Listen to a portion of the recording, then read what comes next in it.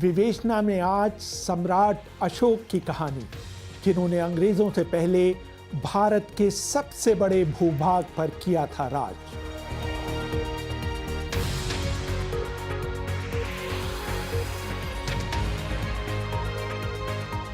अभिवादन स्वीकार करिए रेहान फजल का। अशोक के बारे में कहा जाता है कि उन्होंने अपने 40 साल के राज में करीब करीब पूरे भारतीय उपमहाद्वीप को एक सरकार के अंतर्गत जोड़ दिया। तमिलनाडु और केरल को छोड़कर आज का पूरा भारत, आज का पूरा पाकिस्तान और अफगानिस्तान का कम से कम पूर्वी भाग अशोक के अधिकार क्षेत्र में था। यही नहीं, वो एक ऐसे धर्म को विश्वव्यापी धर्म की श्रेणी तक पहुंचाने में भी कामयाब रहे जिसके अनुयायी उस दौर में बहुत कम थे। उन्होंने ऐसी नैतिक अवधारणाओं का सूत्रपात किया जिनका असर आज तक देखा जा सकता है। चार्ल्स एलन अपनी किताब Ashoka the search for India's lost emperor में लिखते हैं, अशोक को सही मानों में भारत का संस्थापक पिता कहा जा सकता है। वो पहले शासक थे जिन्होंने भारत को एक राष्ट्र के रूप में पिरोया। इतना ही नहीं, महात्मा गांधी से कहीं पहले उन्होंने ही अहिंसा की अवधारणा की शुरुआत की। वो शायद दुनिया के पहले राजा थे जिन्होंने एक कल्याणकारी राज्य की स्थापना की। अशोक कई लोगों को कई रूपों में दिखाई देते हैं।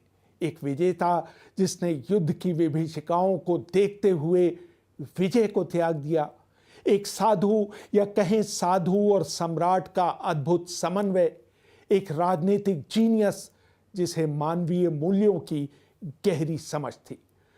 रोमिला थापर अपनी किताब Ashok and the decline of Mauryas में लिखती हैं, अशोक बहुत मायनों में अपने काल का प्रतिनिधित्व करते थे। उनकी सबसे बड़ी उपलब्धि थी कि उन्होंने अपने समय को समझा और भारतीय संदर्भ में उसकी जो ज़रूरतें थीं उन्हें पूरा किया। सम्राट अशोक की कहानी उनके दादा चंद्रगुप्त मौर्य और उस शख्स चाणक्य से शुरू होती है जिसने उन्हें मगध की गद्दी पर बैठाया था। अशोक चंद्रगुप्त मौर्य के पोते थे।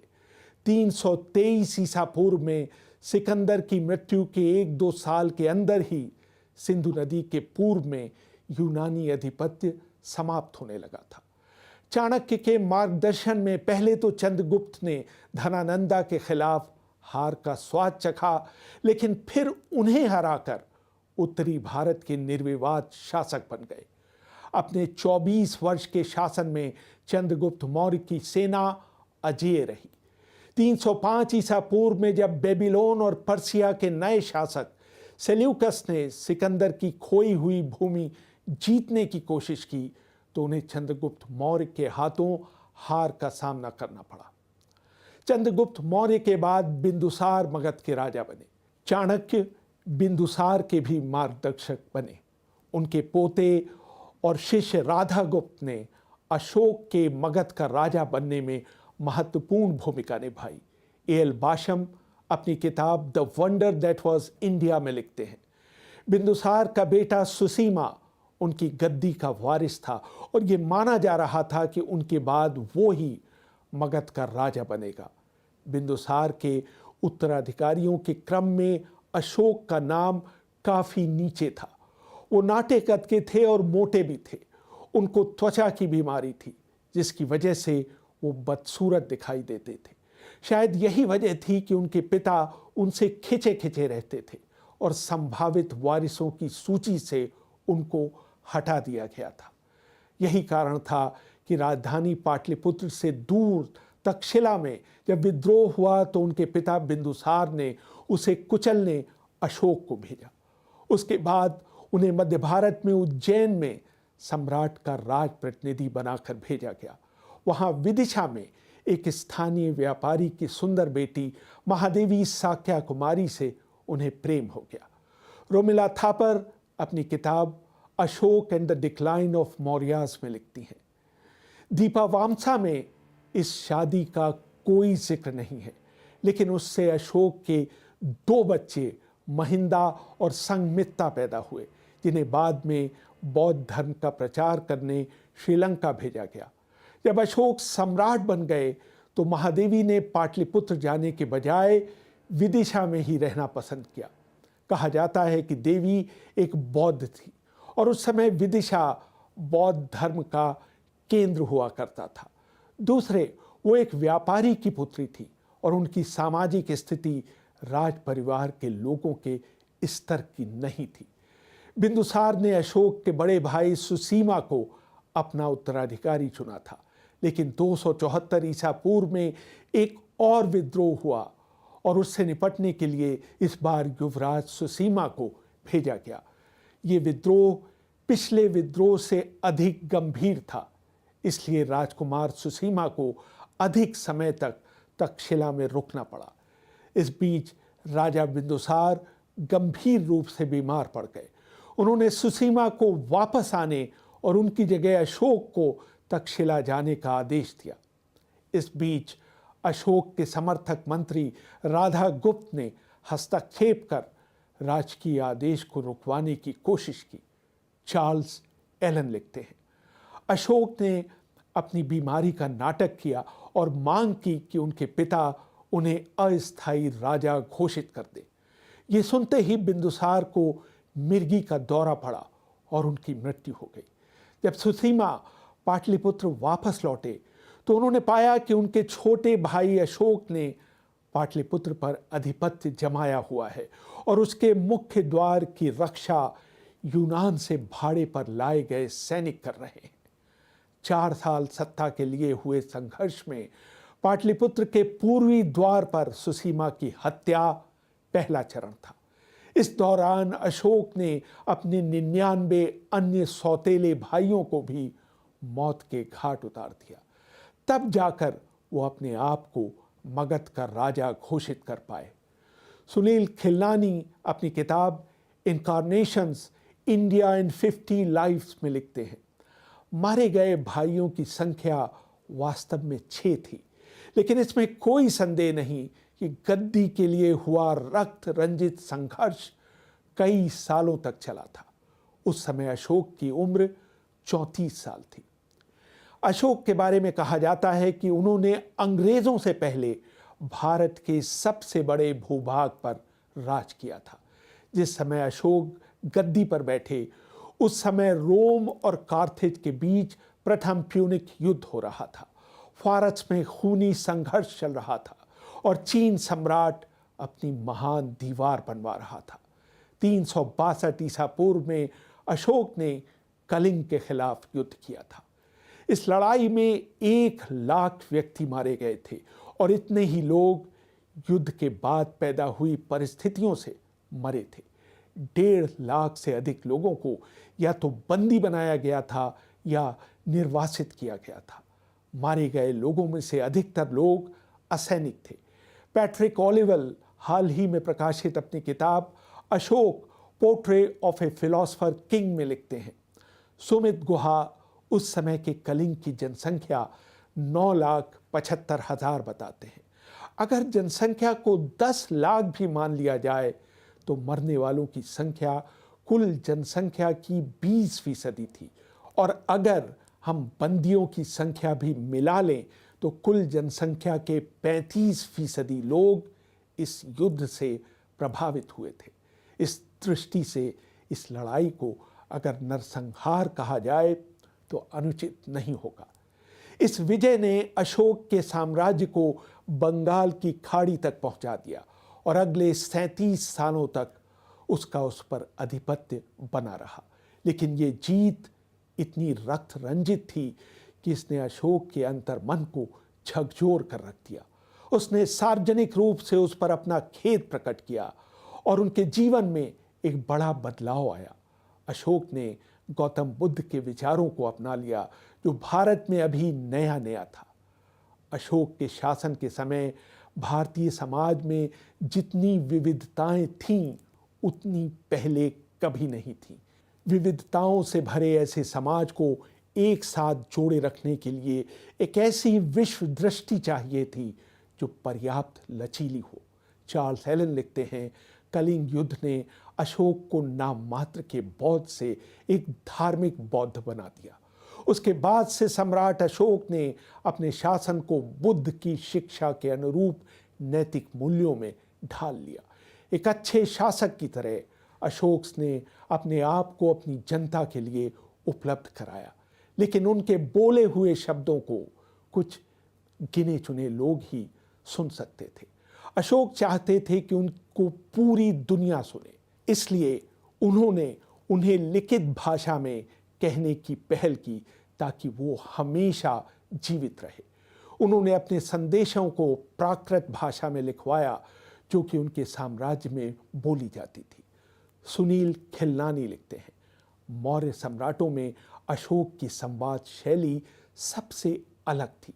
7वें शिलालेख में अशोक ने लिखवाया था, जहां भी शिला स्तंभ या शिलाखंड हो वहां उनके शब्द उत्कीर्ण किए जाएं ताकि एक लंबे समय तक विद्यमान रहे।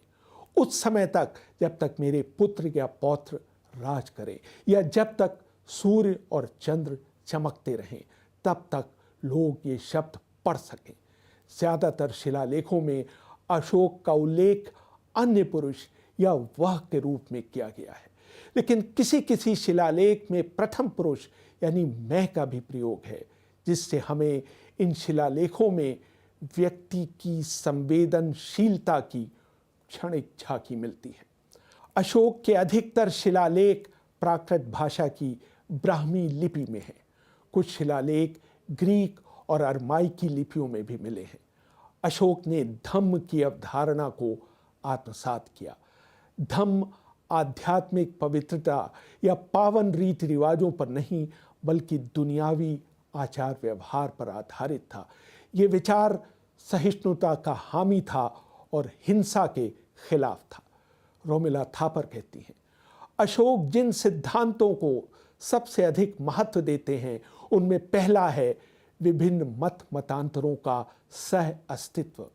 उनका मानना था कि सबको मिलजुल कर सह अस्तित्व की भावना से रहना सीखना होगा। दूसरे मनुष्यों के संप्रदायों का सम्मान करना होगा, क्योंकि औरों के संप्रदायों का सम्मान करके ही तुम अपने संप्रदाय का सम्मान कर पाओगे। ये धम्म का मूल सिद्धांत है। मुझे ये दिलचस्प लगता है कि इस बात पर कितना ज़्यादा जोर दिया गया था। शायद उस समय संप्रदायों के बीच बहुत बैर भाव रहा होगा। धम्म के अनुसार प्रजा के कल्याण, उनके स्वास्थ्य और सुख के बारे में सोचना और इस दिशा में काम करना शासक का कर्तव्य है। राजा का ये भी फर्ज है कि वो सड़क के किनारे बरगद या आम के पेड़ लगवाए और यात्रियों के भोजन और विश्राम का प्रबंध करे। अशोक के सबसे प्रभावशाली विचार 12वें शिलालेख में हैं, जिसमें धार्मिक सहिष्णुता पर जोर दिया गया है। अशोक इसे वाक संयम कहते हैं। शिलालेख में लिखा है, जो कोई अपने धर्म में अतिशय भक्ति के कारण उसका गुणगान करता है और अन्य धर्मों की निंदा करता है, वो अपने धर्म को ही हानि पहुंचाता है। इसलिए विभिन्न धर्मों के बीच मेलजोल होना चाहिए। सभी को दूसरों के विचारों को सुनना चाहिए और उनका सम्मान करना चाहिए। सन 232 ईसा पूर्व में अशोक का देहावसान हो गया। मौर्य वंश कुल 137 वर्षों तक चला।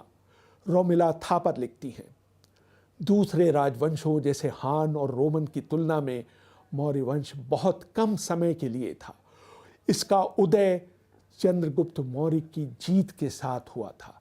इसके पोते अशोक के समय में यह अपने चरम पर पहुंचा, लेकिन उसके बाद उसका तेजी से पतन शुरू हो गया। अशोक के बेटे और पोते अपने दादा और परदादा की क्षमता और स्तर के नहीं थे। उनका शासन भी बहुत थोड़े समय के लिए था। अशोक का पूरा साम्राज्य उसके कई दावेदारों के बीच विभाजित हो गया।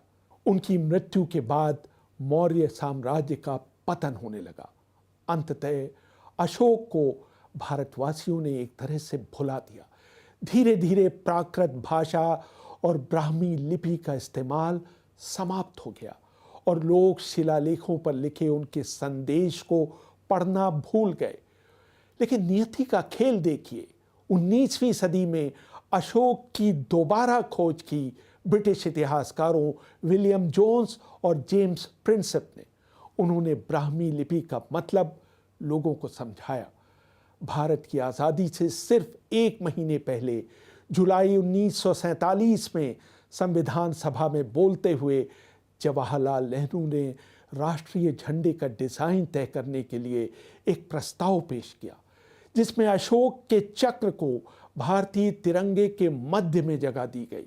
उन्होंने कहा, मुझे इस बात की बहुत खुशी है कि हमने न सिर्फ इस झंडे से अशोक के इस प्रतीक ही नहीं बल्कि उनको भी जोड़ा है जो भारत ही नहीं विश्व इतिहास की महत्वपूर्ण हस्ती थे।